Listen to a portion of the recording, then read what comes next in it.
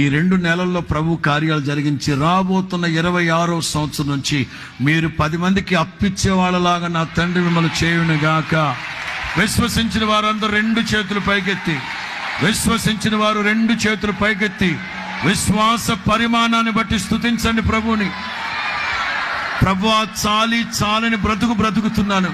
పిల్లలకి 3 పూట్ల కడుపు నిండా తిండి పెట్టలేకపోతున్నాను. ఆర్థిక సంక్షోభం వల్ల కుటుంబంలో సమస్యలు, సమాధానం లేదు ప్రభువా. ఖచ్చితంగా విశ్వసించండి.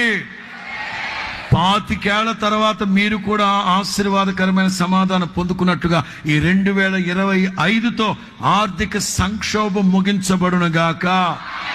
సరికొత్త చిగురు ప్రారంభించబడును గాక.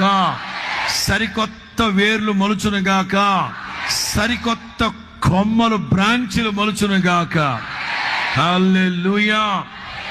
నమ్మిన వారు దేవుని మహిమ కలిగిన కార్యాలు అనుభవించుదురు గాక.